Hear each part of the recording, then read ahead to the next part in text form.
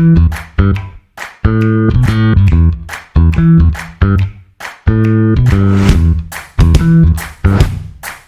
listening to the Common Fan Podcast, a Husker football podcast for the common fan, by the common fan.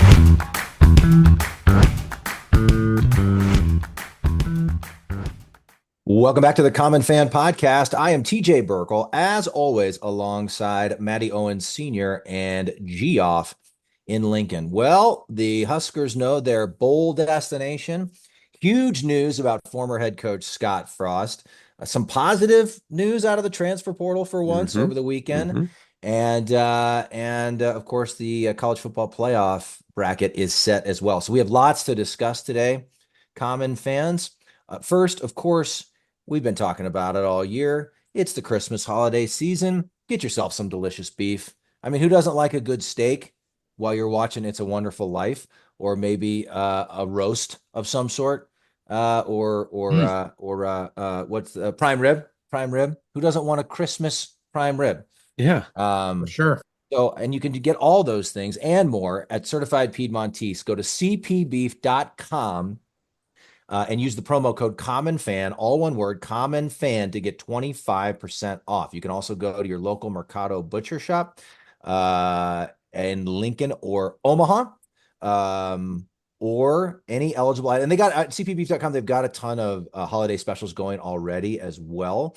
You cannot use the promo code on top of that. But point being, with the promo code and or the holiday specials going, you can basically get discounted beef across the board, and it's delicious. Premium Nebraska beef, raised and grazed in the beautiful Sandhills region of the state. Again, promo code CommonFan, all one word, CommonFan, for 25% off. Certified Piedmontese, powering the Husker football team and powering the Common Fan Podcast.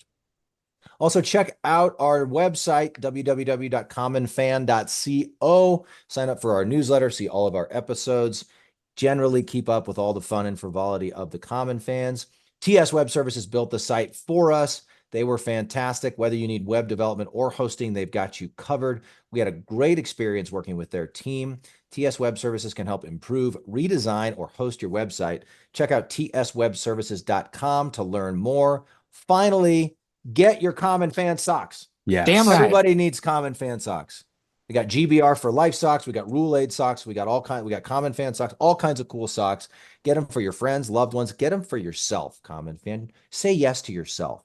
Go to silliesco.com, SILLIESCO.com. Use the promo code GBR for life, GBR number 4, LIFE, GBR for life, for 25% off. Here's the thing also, guys, at silliesco.com, they have all kinds of cool socks, fun socks that are unrelated. I'm a sock guy. Yeah, they're Like me a good completely, pair of socks. they're fun, they're colorful. You wear them to work, you wear them to meetings, you wear them around the house, doesn't matter. They're fun, they're colorful, and they are they're unrelated, all kinds of stuff. Unrelated to Nebraska football, fun stuff, holiday stuff, seasonal stuff, whatever it may be. And the promo code GBR for life will get you 25% off any of those pairs of socks. That's what's interesting, Common Fans. Do it. Do it. Silliesco.com. Use the promo code GBR number 4, LIFE. Boys, December 28th at 11 a.m. Central Time. Not quite what we've been saying. Get us to any bowl, even if it's December 14th, 10 a.m. on a Tuesday, but it kind of feels close. I get the sense that Husker fans are like not overly excited about the Pinstripe Bowl. What do you guys think? I mean, we've been saying just get us to a bowl game, right? Like, It's not good enough now? we have a bowl game. And you know what I like? I keep seeing like the glass half full type of people, which I'm on board with that. That's me. I'm one of those people that the glorious Nebraska run started in, I believe it was 1962, in the Gotham Bowl, guys. Yes, Coach I love Devaney. that. We went seven years without playing in a postseason, and Devaney took us to New York to the Gotham Bowl. We beat Miami in frigid temps. Maybe this is like kind of one of those things, like a circular, times a flat circle kind of thing. Let's go take care of business, get a win out in the Big Apple. Finish with the winning record. Finish with a winning record. Yeah. And then we're off. Yeah. I'm that's kind of the route that I'm taking for the next 19 days, getting ready for this what's it called again? Pinstripe Bowl. Pinstripe Bowl. The Bad Boy Mowers Pinstripe Bowl. The Bad Boy Mowers. It's gonna be cold, right? The only we'll travel well, but it's gonna be chilly. It's not my ideal destination for a bowl game. I think a lot of Husker Nation would like a warmer climate location, Sure. but we'll take what we can get. I don't know. We'll probably get into it a little bit more. I'm not really thrilled about the matchup. It's just not the most. It's just not who I thought we would play. And I Well, don't know what Jeff, you guys think about that. you should have gone better than 6-6 then, Jeff. Touche. No, Yeah, I'm you're just right. kidding. No, I mean, I think literally even one more win, and we're probably talking either a Music Tampa. City Bowl in Nashville or Yeah. whatever it's called now in Tampa. Is that the ReliaQuest one in Tampa? ReliaQuest, yeah. In Tampa. And I mean, honestly, we win the Iowa game, which we had at our fingertips, and we're probably at one of those two bowls. Yeah. And I'm feeling both sides of it. Like I'm with you, Jeff. Like Boston College doesn't really move the needle. I'm really curious to see. I mean, New York City is one of the most expensive places to visit any time of year. And Sure. I've been there in December. It's charming as hell during the holiday season. It is. But it's also like probably one of the most expensive times to go to one of the most expensive places, Yeah. so there's that element. So I am curious how well we'll travel. Meanwhile, Boston, there's 617 daily flights from New York to Boston, and it's an easy drive too. So I'm curious, like, is it more like a home game for BC, or Yeah, I don't know sure. anything about their fan base. Do they? I read Mitch Sherman's. I'll tell you about their fan base. They're terrible. They're terrible, TJ. Oh, yeah. Oh, Have they this is the Irish beat Notre fan Dame? in Jeff No, talking no, about Boston College. no. Is this still going back to 30 years ago when they beat Charlie Ward and Take it or easy, no, all right? 94. Yeah, they beat No, what Notre was Dame that? in 94, didn't they? Notre Dame, yeah. They beat Notre Dame. Take it easy. Just calm down, all right? No, you know what? What's nice though? We're gonna get to see Bill O'Brien's glorious butt chin on television, roaming the sidelines. I mean, that thing is just a total butt on the face. Yes, it is. Yes, it really Well, is. yeah, chalk That's that a in the great positive point. column. Yeah. Yep. Yeah. I mean, that thing is massive. But I think I ultimately, like I wrote about this. I had a little 3 takes on the bowl game thing that I wrote about. And I think the way I put it was, it almost feels like a letdown, but only almost. Like this is like we're going to a bowl game. But do we? And I think we'll have time in the offseason to talk about we're probably 2 plays away from being 8-4. Mhm. And I think we need to indulge some of that anger if we need to. Like we can spend that time in the offseason. Yeah. But we haven't been to a bowl game since 2016. And it is a step in the right direction. Yep. And it was really important to get these extra practices for development. It's really important, as much as people roll their eyes. It's important for the perception of the program. It's important that we don't have to talk about it on the Aflac trivia question all next season about how Yes. Nebraska leads the country and Thank God. years without a bowl game. All that Yeah. stuff, all that matters. And you just have to hope we'll talk about the portal in a minute, but we're losing guys to the portal, so you just have to hope net we can patch some holes in the portal and hit the ground running for 2025. But ultimately, we've got to let's step back for a minute. We've talked about this. College football is so great. You could argue it's now America's pastime. And there's so many damn bowl games now that literally every fan base, it feels like, gets to partake in bowl season. Yeah. And we finally get to do that again. Yeah. Like even with all the bowl games, I think it's more than half of the Division I teams are able to make a bowl game. And we didn't do that for 7 years or whatever it was. Right. And so I'm just like, let's just embrace, like we talked about, guys, like memories of growing up, having the fire, eating unhealthy food, Christmas, leftover Christmas cookies, watching bowl games. We just get to partake in all of that. And that's what we need to celebrate here. And the rest of it, I don't think we could be too choosy. We can be too picky. I think we go 6-6 next year. Then we can be mad. That's a problem. We can question Yeah. the direction of the program. Well, we don't want to wish time away. I want to go back to the No, opponent. certainly not. I want to go back to the opponent, and I know it's not sexy, but would we rather have an opponent where we can go get a win? And like right now, at last I checked, last night, we were favored by 3.5.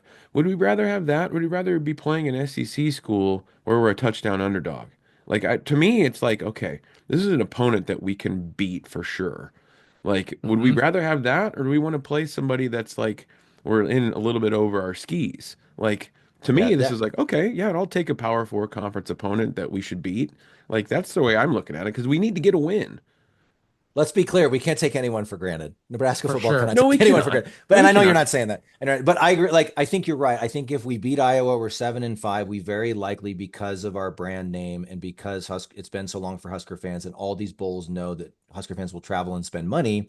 We very likely would have ended up in maybe a better bowl than we deserved, quote unquote, and playing against like a 9-3 SEC team. Like that Yeah, was like in very playing plausible. LSU, we're Yeah, playing like right. somebody with NFL And player, like way more NFL players than we have. yeah, that's a great. And Yeah. we've said many times that I'd like to get back to the point where we say, I don't care who we play, we're going to beat them. But we're not Yes. there yet. I'd No, we're rather not. end the We year are 7-6. not. I'd rather end the year 7-6. Yeah. I look at it different. I'm sorry. I think it makes for boring football to watch. I like to get jacked up for a game and get excited. Like Boston College just doesn't excite me at all. I'm just like, all right, we made a bowl game. That's great. That's We a might you. get a That win seems out like of a this, you but problem, Jeff, let's that you Yeah, just it's all can't get about you, excited for Jeff. every single game. eh, That you're the problem, Jeff. yeah, You're the problem give here. me something exciting to look forward to. I know I'm excited we made a bowl game, but I was really hoping for just a step up. I don't know anything about Boston College this year. Like I haven't heard anything about them. I know nothing about them this season. Well, Clearly, they're not that great, but Well, do they some beat research, Jeff. they You've beat got plenty Florida of they time. beat Florida State to start the year, and that was when everybody was like, "Oh, yeah, big I remember loss for that FSU," and then FSU went 2-10. Anyway, derailed. I um, like it. I like it when we play it. Challenge ourselves. Let's challenge ourselves. I know it's not our choice, but it just makes it more fun, and I feel like it just gets me more riled up to watch a game when we're the underdogs. When we're Well, favorites and like that, I think some Husker fans are feeling that way too. Like I think some part of the fan base is disappointed in both the bowl sort of location, destination, as well as the opponent. But again, like take care of business. Make yep. that one extra play against Illinois, make that one extra play against Iowa, or don't make 17 mistakes against Yeah, we Iowa. deserve yeah, it. and And you're don't probably crap in a the New bed Year's Day against bowl. UCLA at home. Yeah, Like, Yeah. exactly. I mean, it was interesting. Sam McEwen's piece, everybody read it. I think he didn't call it the rewind this time, but it's basically he does a Sunday night, Monday morning sort of rewind type article. I mean, he made the point like you could make the argument. I know we've done this for years, Husker fans, so maybe we shouldn't go there. You could make the argument that we're not that far away from 10-2, basically. USC, UCLA, Iowa, and Illinois. I mean, Iowa and Illinois literally are one Yep. play. At the end of the yeah, Illinois game, you either hit and open Luke Lindenmeyer in the end zone, or in the next play you make the field goal. And then Mhm. Iowa, we all know what happened against Iowa. That's 8-4 right there. And then you give me one or two of those close loss, or Ohio State for that matter. yeah. For Give sure. me Yeah. one to two of those. You're 9 to 10 win team. So it's kind of like we did with Frost. You could look at that both ways. You could look at it and say we are this close and we're almost there, or you could look at it and say we still can't get over the hump and it feels further away than Yeah. ever, Yeah. Yeah. So speaking of Scott Andrew Frost, Hey-oh. some major news over the Yeah. weekend. Mr. Frost, after a couple years in the wilderness and then 1 year as sort of an analyst with For the the Los Rams, Angeles right? Rams, is back as a head coach in the Mhm. major college ranks. He's back at the helm at the University of Central Florida. What do you guys make of this? I'm split. I'm split on it. Like, part of me wants him to do well, and part of me wants him to like fail miserably. Like, I'm sorry. I'm being honest. Like, I'm still pissed that it seemed to me, and this is just me, my opinion, that he just kind of gave up and checked out here. Mhm. Idea. And but I'm the type of person that wants people to succeed, especially, they're from here, they coached here, played here, whatever. Like, I wanted Frank Solich to do as well as possible. Like, so I think I want him to do well, but not that well. Like, it would drive me absolutely nuts if he like If they just rattles ran the off table. if he just rattles off like a couple Big 12 championships and they're like in the playoff contention. Like, that would kind of make me sick, honestly. I agree. I didn't think about it that way, but that would piss me off too. Well, I and don't it's know. interesting. I mean, the Big 12 is by far the worst of the power conferences right now. So it's So like doable. he could bring in some Florida But it's talent and just Yeah. But nobody plays still, defense in that Yeah. conference. I think it's still tougher than the American Athletic Conference that Sure. he took, that where he had success there before.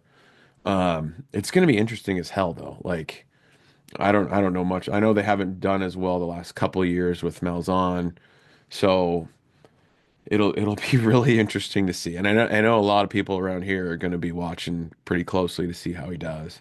Yeah. My takeaway from this is, and I want to get your thoughts. College coaches in general at that level, to me, sometimes are just a different breed. They're illogical. Why don't some of these coaches, is it a pride thing?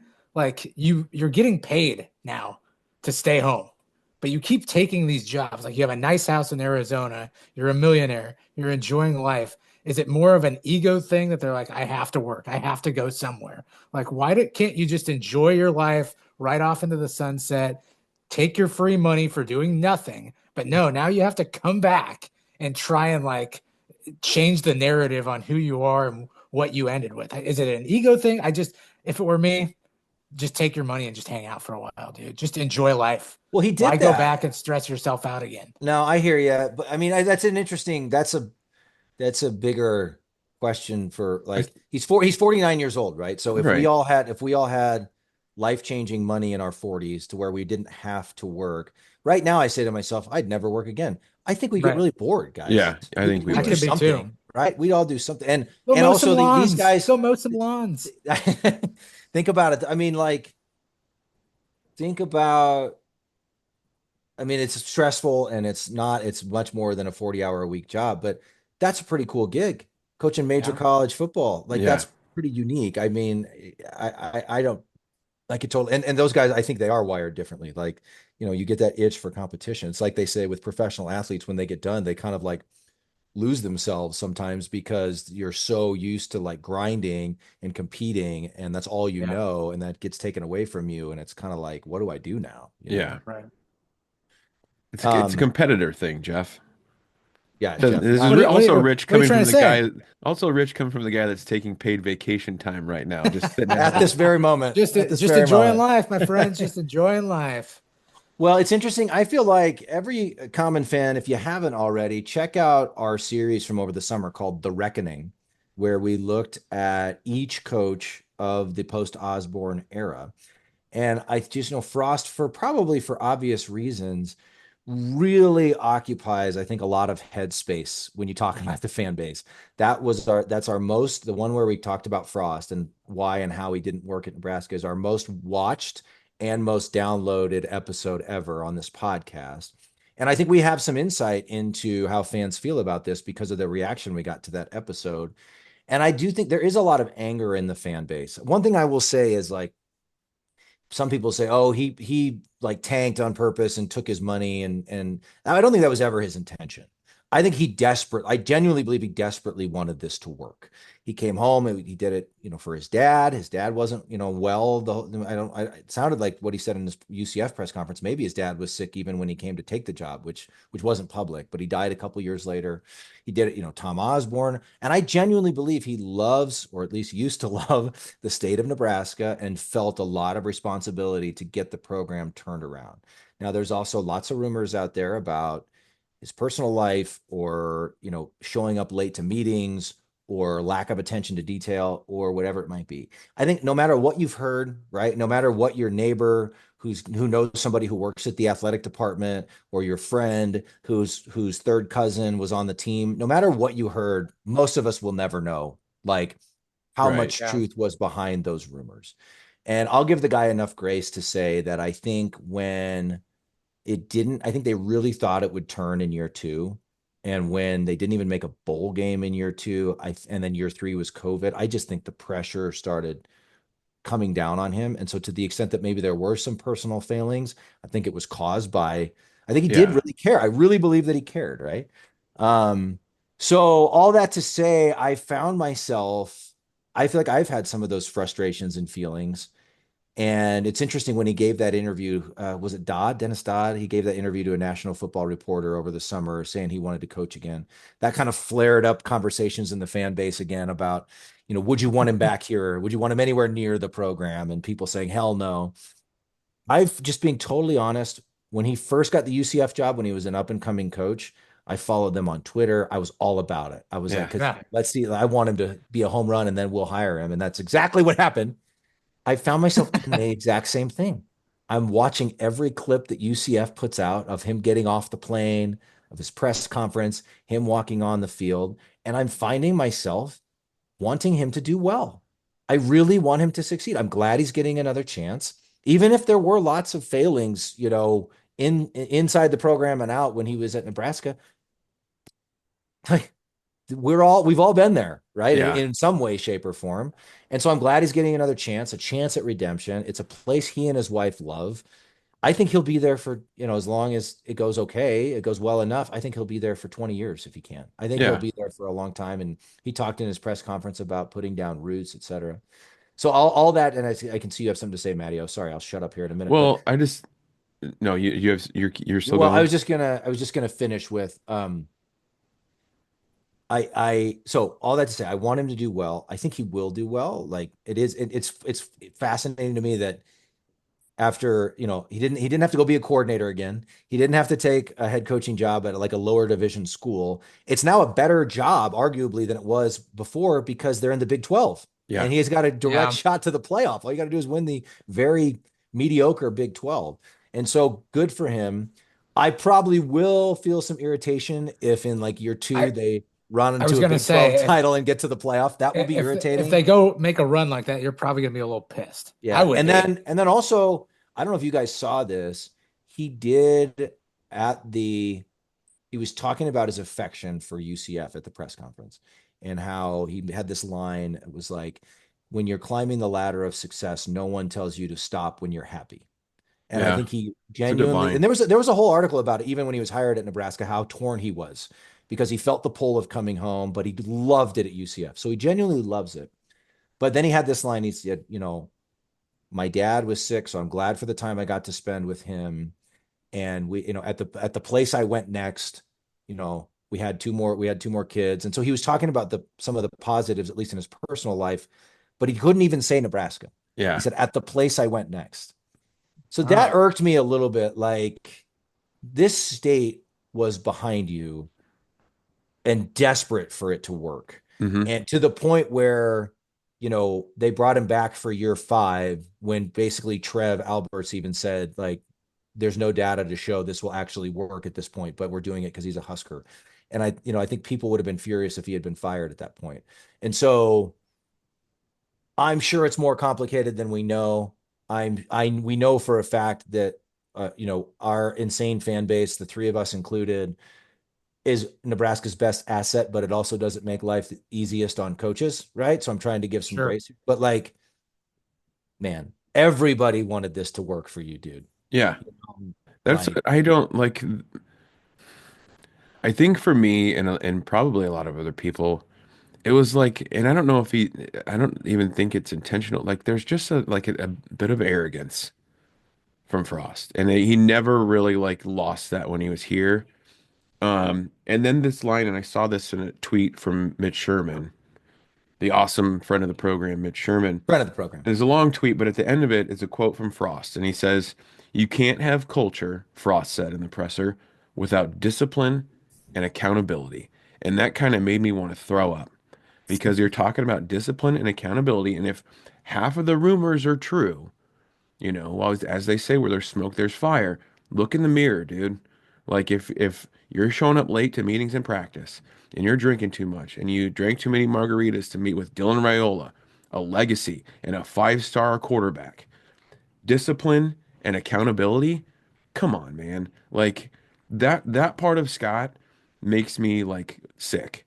Like, dude, like you said, TJ, we were behind him. Like, we wanted it to work so bad. Everybody wanted it to work. It seemed like it was just the the chips were all lining up, whatever you want to call it. Like, that makes me pissed to hear him Yeah. say that. And then, like you said, for him not even to, like, he can't even just say like, "Hey, it didn't go the way I wanted it at Nebraska Yeah. in Lincoln, but I learned a lot." You can say that, and people go, "Wow, that's really introspective of him." But he Yeah. didn't say that. Like you can say that and people will respect it and be like, okay. Yeah. And he'd probably have more people like getting behind him back here, like back in Nebraska and saying, we really want this guy to work. But I don't know, man. Like I will always, like you've said it so many times, TJ. I'll never understand how it didn't work. Yep. Yeah. And I'm in the same boat, but it's like I don't know that he handled it the best. And I know there was all these circumstances around him, like his dad's health and all the pressure, somebody tweeted over the weekend that he had a lot of pressure from family and former players and teammates to take the job here. And it's like you can still say no, man. Like if your heart's not in it, you don't want to go back to your alma mater. Like yeah, like because you don't want everyone mad at you here. Well, now people are still a little upset about. Like I don't know. Yeah. Again, I want him to do well because I just want people to. I love a redemption story. I want people to do well, but I don't want him to do that well. I don't want to. I don't want to be He's like we're sitting at home watching the CFP selection show and we're not in it, and UCF's on the bubble or they're like when Yep. they won the Big 12. Like that would really put a thorn in my paw. I'm glad that you brought up like him saying stuff like that. I feel like he's always got a line to deliver in his press conferences. He's really good at that. And he was a good coach at UCF, obviously, and and he didn't work out here, but I feel like his thing is like the Big Ten adjusting to us line. He's got that, or now this climbing the ladder line. He's a good public speaker, but we'll see. We'll see how it works out. I'm curious to see if he can get back on the coaching train and go in the right direction.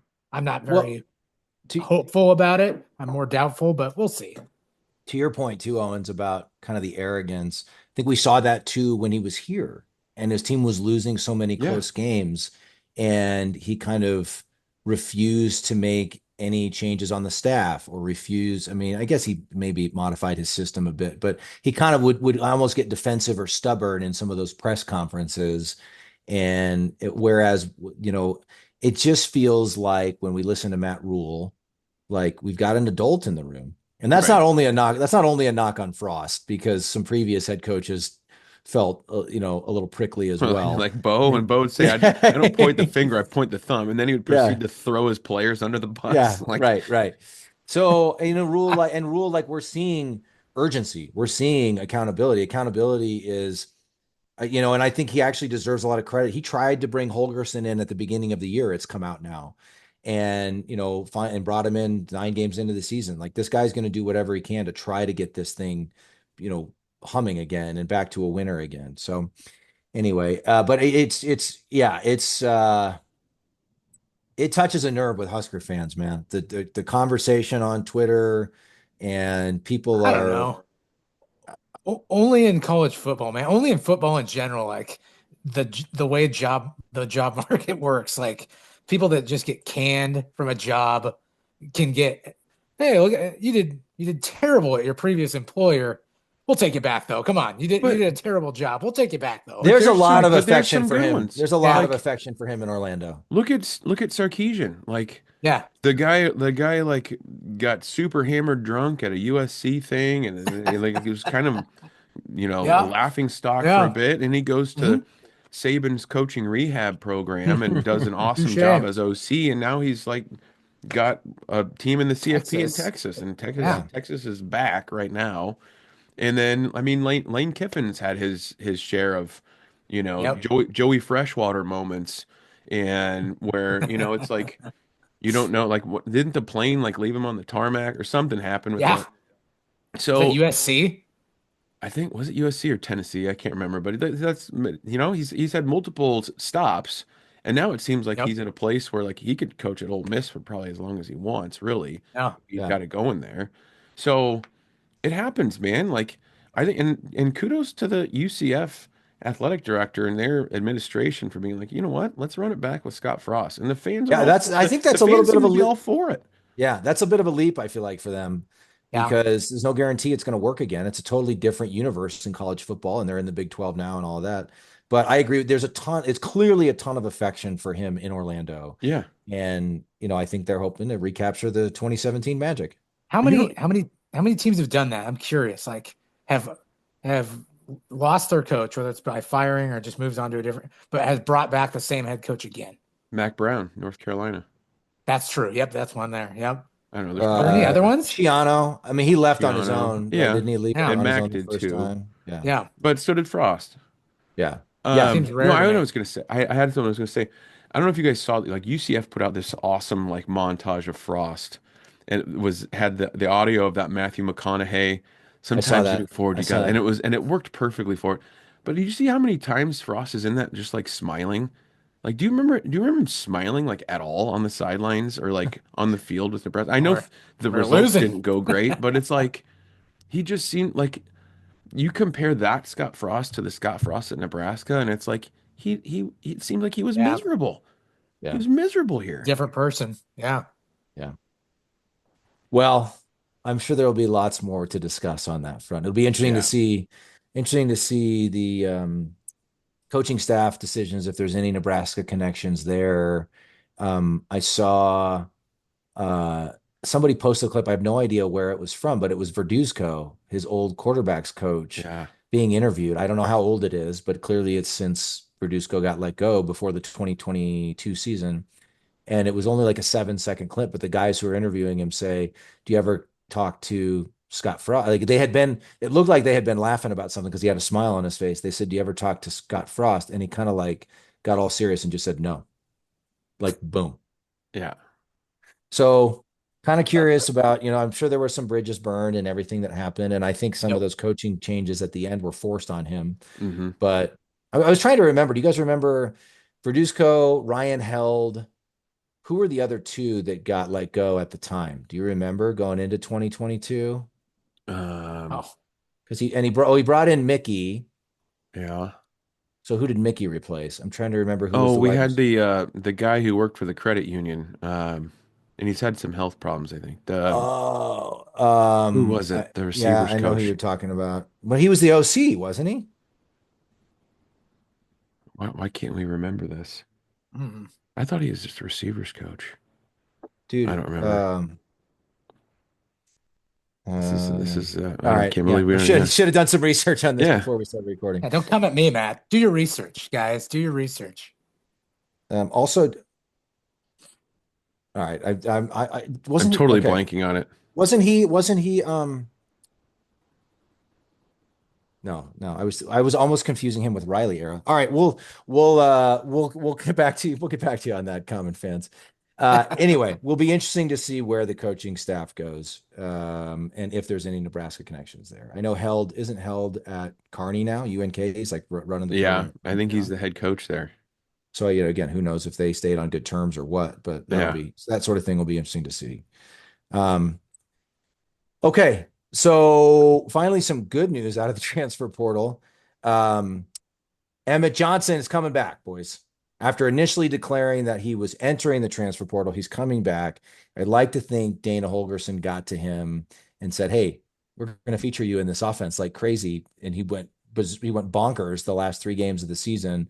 I think that's a huge thing for the Huskers guys, and I'm super excited about the 1-2 Yeah. punch next year of the shifty, speedy, all around, do it all Emmett Johnson and the powerful Big Ten bruiser Dante Dowdell. Yes.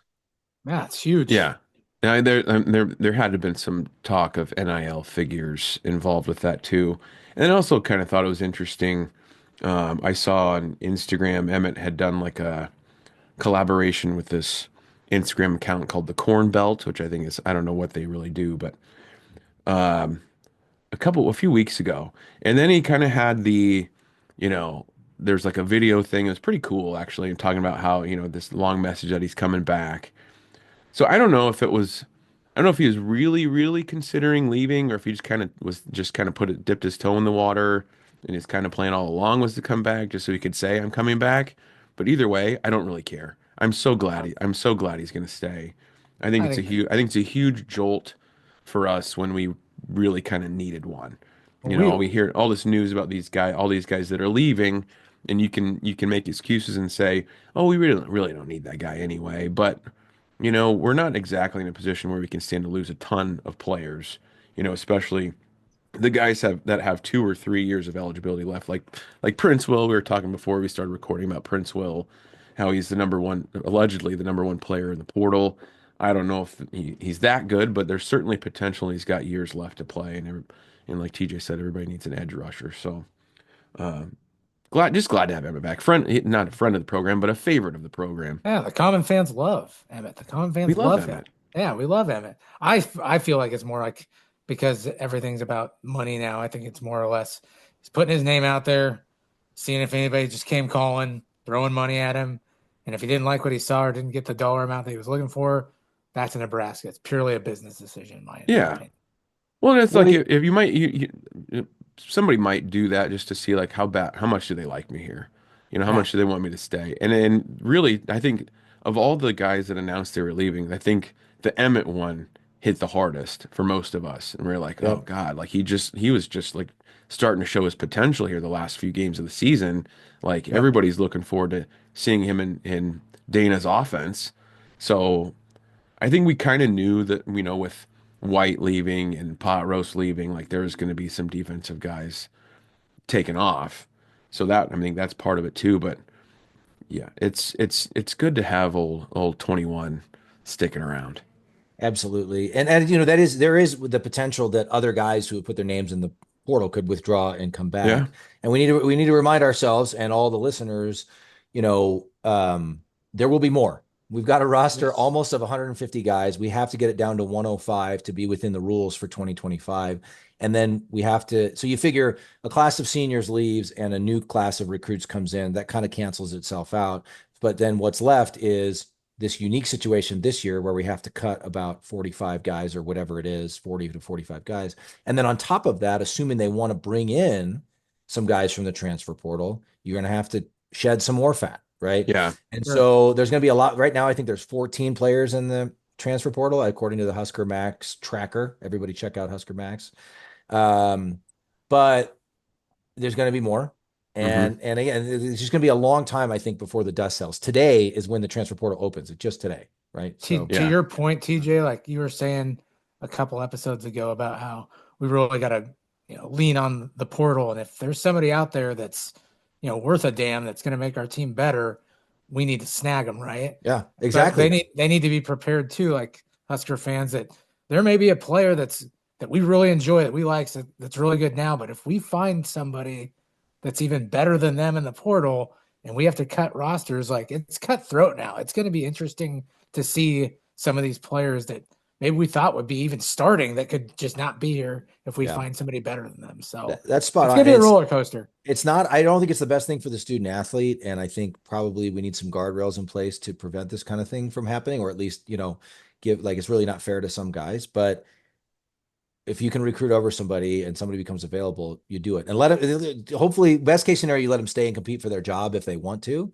Yeah. That's I think this. I not to get off on a side tangent. I think I hate the 105 roster Same. limit. Why are we limiting opportunities for kids with NIL now? There's opportunities for more kids than ever to get their college education paid for and to be on the football team and to have stories like John Bullock, who was a walk on from Omaha. Yeah. That sort of thing will not be able to happen now or happen Right. less. It's It's just I don't know why you would limit opportunities for kids to be part of a college athletic program, especially when Yeah. in football you can have bigger rosters. Yeah, it just that's where it really sucks. And I think Rule talked about this a few weeks ago about how it just Yeah. really sucks for the walk-on programs. And Yeah. especially here where that's meant a lot to the people of the state. Like, because you would have guys like, from Hyannis, Nebraska or Aurora or wherever that just work their butt off for 3 or 4 years and then they get on scholarship. And then those are the fun stories, man. And then they're in the two deep and they're getting playing time. It Yeah. used to happen all the time, and obviously with John Bullock and guys like that, it still happens. So now those guys are going to be forced to probably go play at a smaller school, and if they're good enough, then maybe they can get transfer into somewhere through the Yeah. portal. But have to be the way that they get to play big time football now because Yeah.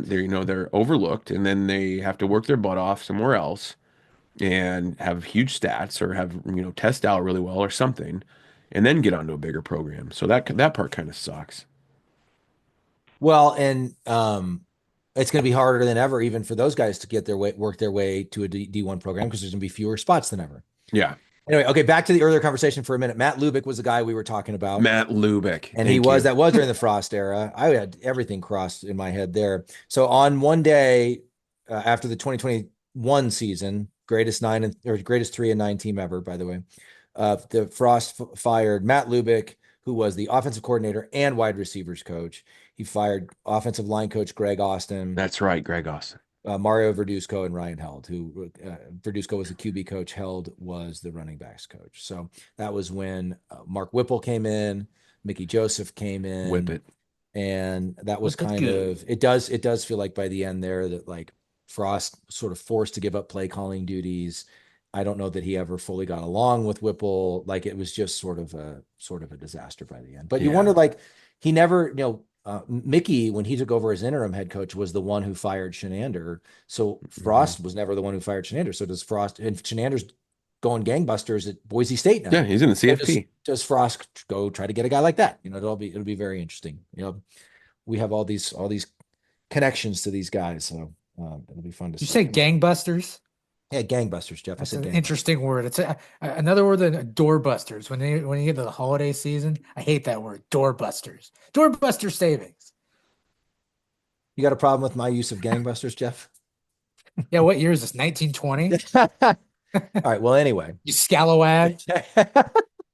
Rapscallion. Right. Final thing, guys, we got yesterday, we're recording this Monday morning. So yesterday on Sunday afternoon, we got the first ever 12-team playoff. Yes, we did. Bracket. Yes, we did. And go all Big Ten teams in the CFP playoff, especially Indiana. But I think a couple things, guys. One, the way it played out, it's not so the only real drama was because SMU lost to Clemson. Clemson got the automatic bid. At 9-3, Clemson was not going to get in without winning the conference. So Clemson beats SMU in the ACC conference title game, which is a heck of a game, by the way. Yeah. So the question was, does the committee stick with SMU, which was 10-2, I think? Yes. Yeah. Yep, or do they let in a 9-3 Alabama team who had wins over 3 really quality, highly ranked opponents, where SMU, I don't think, beat one top 25 team. And so the committee went with SMU. And so it was, they made the point on ESPN, that ESPN show, they drug that thing out, by the way. God, they really drug that out. Infuriating. Good Lord, ridiculous. They know how to get their dollars out of viewers, man. Yeah, that's for sure. Stretch that thing out.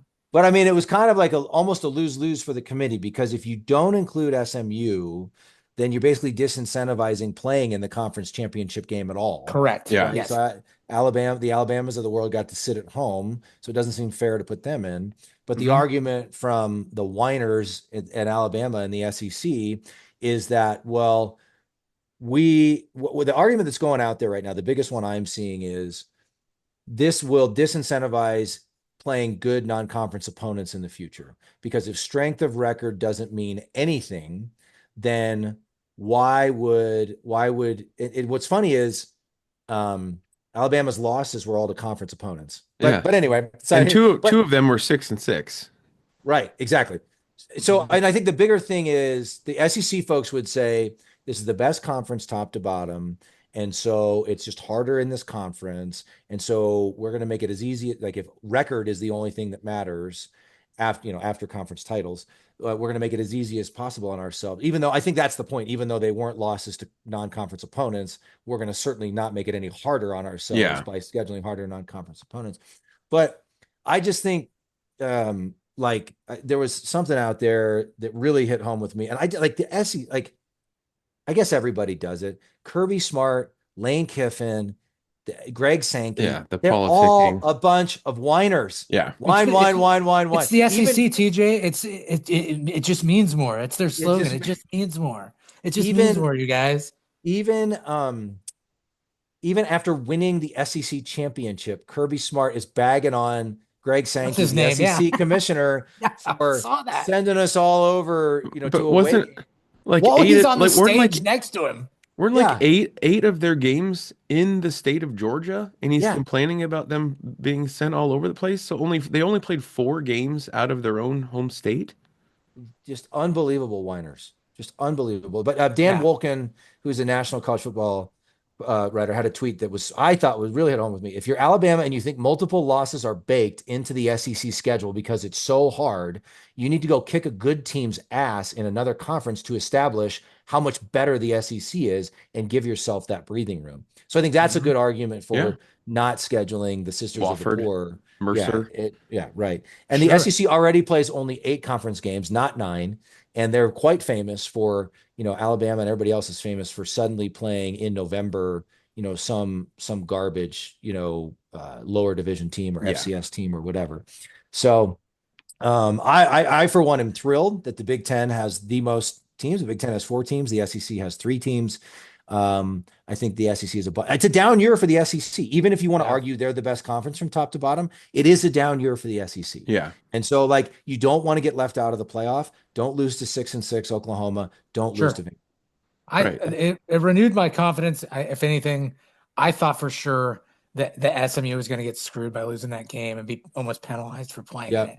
And it renewed my confidence that maybe, just maybe, these people that make up the committee aren't basing it purely just off of brand and all about money. Because I thought for sure Alabama was going to get in because Alabama is good for college football and a fun team to watch. Exactly. And I thought that's the way. So if anything, it gave me hope that maybe going forward, people that are more, that should be allowed to be in the playoff, they're more deserving of it, are actually going to have a chance now, which is pretty awesome. Granted, I know, and before I even say it, I know Notre Dame gets to sit at home during championship weekend and watch everybody else play for a spot. So I'll even own that. Notre Dame does kind of get a loophole there by not having to play in a conference championship and one less game, and they still make the playoff no matter what. They also benefit from being the most overrated team in the history of the sport. Shut your mouth. Always. Shut your mouth. Mute him, Owens. Mute him. You're in control. I will not. I agree with him.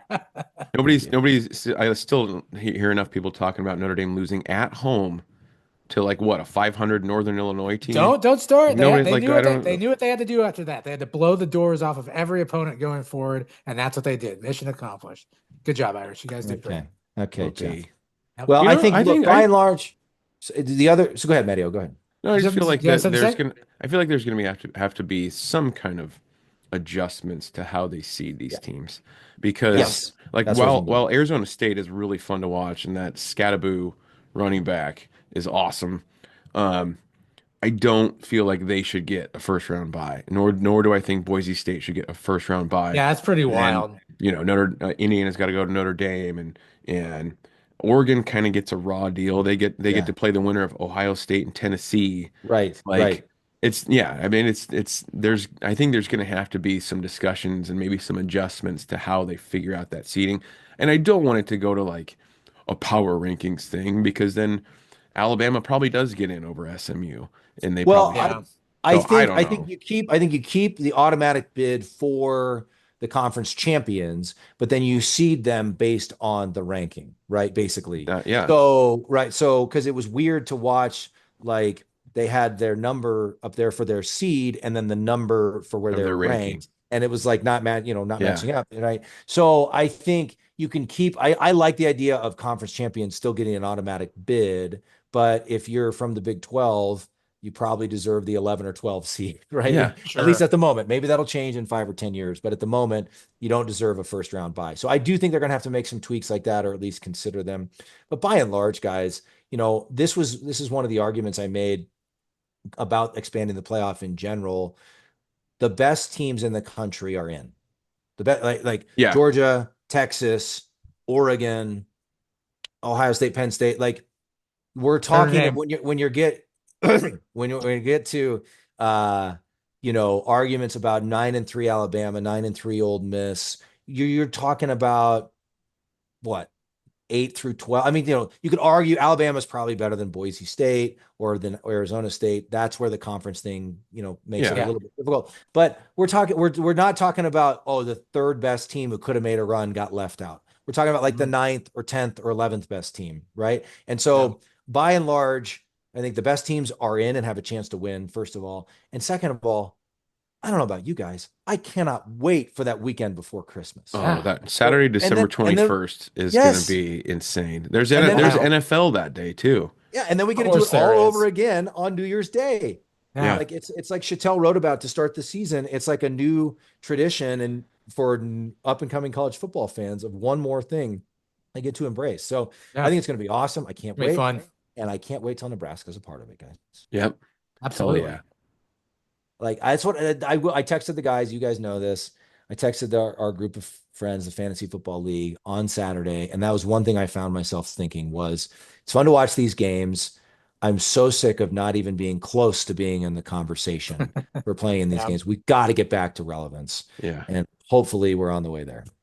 Yeah. Agree. With Have 12 faith, teams, my it friend. it's gotten a little bit easier. At least we're not doing 4 That's right. teams. Hey, It's in, exactly. you it's in can the realm of reality. the portal, You can do the it. portal, the portal, the Mhm. portal taketh, the portal giveth. You can flip a roster. Look Yes. at Just like look at Signetti. Look at the old cigarette Well, boy. and that's why I'm not panicking yet about losing Jamari Butler and Mekhi Bayer, Right.